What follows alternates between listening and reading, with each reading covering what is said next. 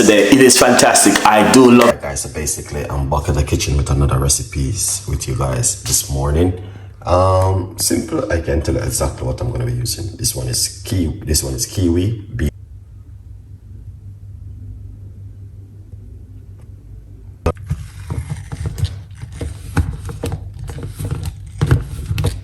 This is the book From Poverty to Purpose. It's available for you guys to grab on yourself a copy of my brand new book.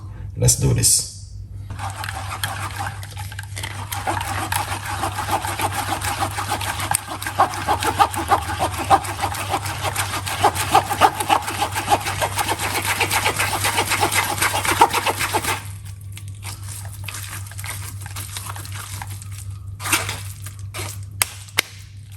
Okay, yeah, as I said, you don't